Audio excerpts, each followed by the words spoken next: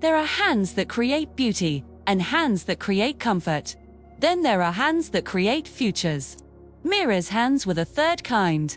If you saw them, you wouldn't believe it. Gnarled like old tree roots. Cracked so deeply the lines ran red even when there was no blood. Twisted at angles hands shouldn't twist. At 68 years old, she could barely straighten her fingers anymore. But for 30 years, those hands had moved through cold water before dawn.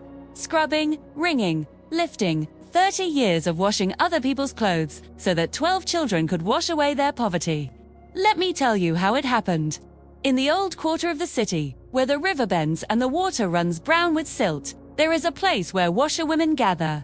The got, they call it, stone steps leading down to the water's edge. Every morning at 4 o'clock, before the sun turns the stones hot enough to burn bare feet, you can hear them. The slap of wet cloth against rock, the rhythmic scrubbing that sounds almost like breathing. Meera had been coming to this river since she was 14 years old. Back then, her hands were smooth, strong, but soft, she remembered.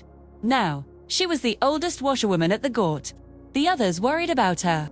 They saw how slowly she moved, how she had to soak her hands in warm water before they would bend enough to grip the clothes. But Meera never missed a day.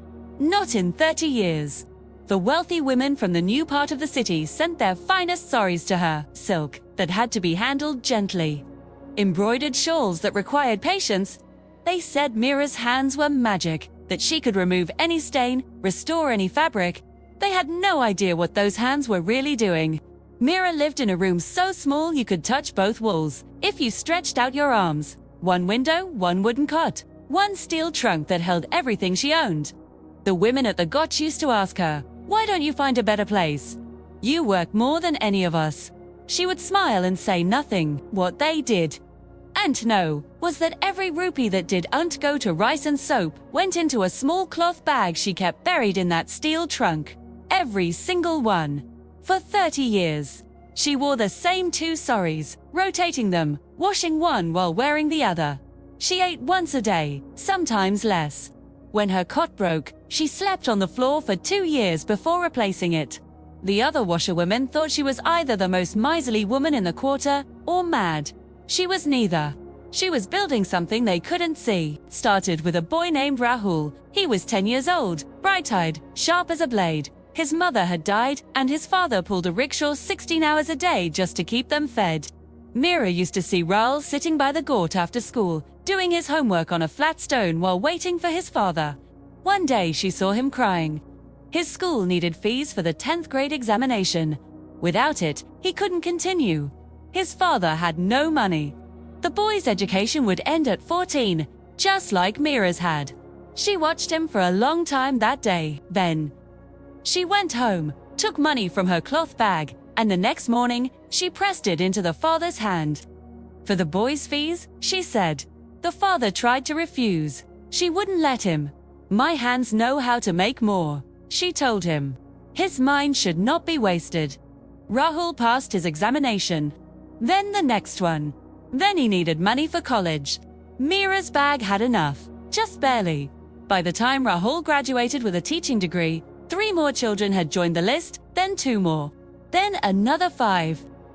Word spread quietly through the quarter. If a child had the mind for learning but no money for books, you went to Meera the washerwoman. She never announced it. Never made a show. She would simply ask, "How much do you need?" And somehow, those ruined hands would find a way. She started waking at 3 instead of 4. Worked until 9 at night instead of 7, took every job, no matter how difficult. The other women begged her to slow down. "Your hands, Meera. Look at your hands." She would look down at them, swollen, split, aching, and smile. Yeah, doing what they were made for. But the truth was, some nights she couldn't sleep from the pain. Some mornings she had to sit by the river for 20 minutes, breathing slowly, before her hands would cooperate. The cold water felt like knives. The soap burned in the cracks. She never stopped. 12 children. That's how many she decided she could manage. 12 futures she could wash clean. Then came the day everything nearly fell apart. His name was Amit, the 7th child. He was studying engineering, the first in his family to even dream of such a thing. But in his 3rd year, he came to Meera's room and knelt down in front of her. "Auntie, I'm stopping," he said. She looked up from the clothes she was folding. "Why? I see what this costs you." His voice cracked. "Your hands. You eat less so I can eat. You live in this room so I can have books. I can't. I won't do this anymore." Meera was quiet for a long time. Then she did something she had never done. She told him the truth. "Do you know why I have no children of my own?" she asked. Amit shook his head. "Because I chose this instead. When I was young, I could have married, had a family. But I saw too many brilliant children disappear into the same poverty their parents knew. I decided my life would be a bridge. 12 bridges, that's all." She held up her twisted hands. "These hands will never hold grandchildren. They will never wear bangles or make bread for a husband. But they can hold your future. And his. And hers. Debts. Not a burden. Beta. That's a privilege." Amit was crying now. "But the pain. Meera smiled. "You think washing clothes causes this pain? No. The pain would be watching you stop 3 steps from the finish line. The pain would be knowing I had the power to help and chose comfort instead. These hands hurt, yes. But they are not wasted." She stood up, small and bent, and put those ruined hands on his shoulders. "Go back to your studies. Let my hands finish what they started." Amit went back.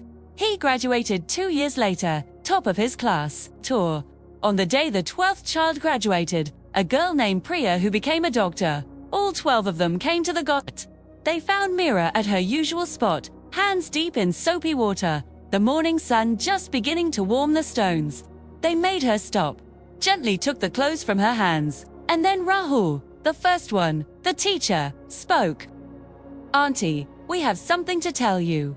They had pooled their money, every one of them, every month, putting aside what they could.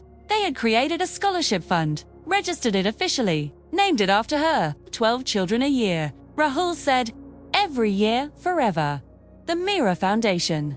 She looked at them, 12 faces, 12 futures, standing in front of her. And for the first time in 30 years, she let herself weep, not from pain. From something else entirely. Meera died 3 years later, at 71. Her hands had finally given out, the joints too damaged to continue. But she didn't die in that small room. The 12 children had bought her a house. Small, but hers. With a window that faced east so she could watch the sunrise without walking to the river. On the day of her funeral, more than 200 people came.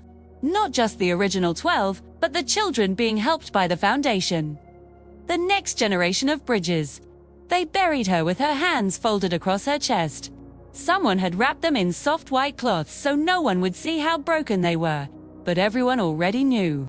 Those hands had never been broken. They had been used exactly as they were meant to be. Not to hold, but to lift. Not to grasp, but to give. Not to last forever, but to build something that would build. There are hands that create beauty, and hands that create comfort. And then there are hands like Meera's, hands that create futures. If your hands are tired tonight, if they ache from work that no one sees, from labor that doesn't pay what it should, from efforts that go unnoticed, remember this, you don't need to change the whole world. 12 lives is enough. Sometimes 1 life is enough. Your hands are not broken. They are building something your eyes cannot yet see. And that is not suffering. That is magic.